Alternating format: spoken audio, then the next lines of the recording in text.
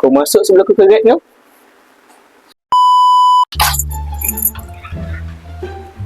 Lapar. Makan lah.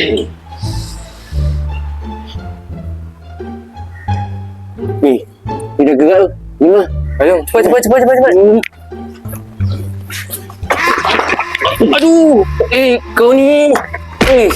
Bukan yang langgar aku.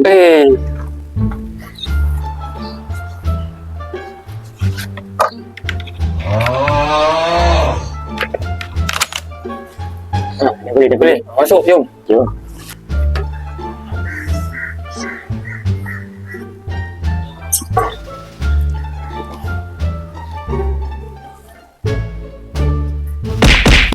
Kita nak ambil apa ni? Tak bagi aku tengok dulu. Yang ni. Yang ni nampak lawa. Weh, ni. Tak nak yang ni. Ambil yang tu lah, yang tu.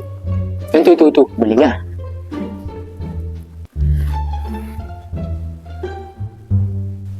Uish, apa tu? Uish, barang baik. Oi, cepat pilih satu. Jangan lama-lama. Weh, tengok ni.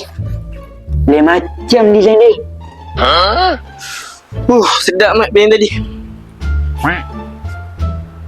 Cepat. Hoi.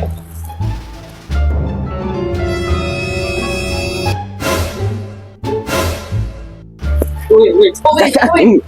Kasih aku. Kau masuk. Kau masuk sebelah aku keret kau. Asal kau dah curi sampel ni? Saja. Asal korang tak ambil sampel yang ni? Yang ni lagi simple. Senang buka, senang potong. Bro, pencuri pun ada standard, bro. Design macam ni susah nak potong, mesti rapat-rapat. Kalau rumah orang lain pun pakai design macam ni, kita orang pun susah nak rompak. Sebab itulah korang jangan salah pilih gil pintu. Kalau pencuri pun tak pilih design simple macam ni, korang rasa rumah korang selamat ke? Nak cari gil pintu, yang pencuri pun takut. Cari je yang ni.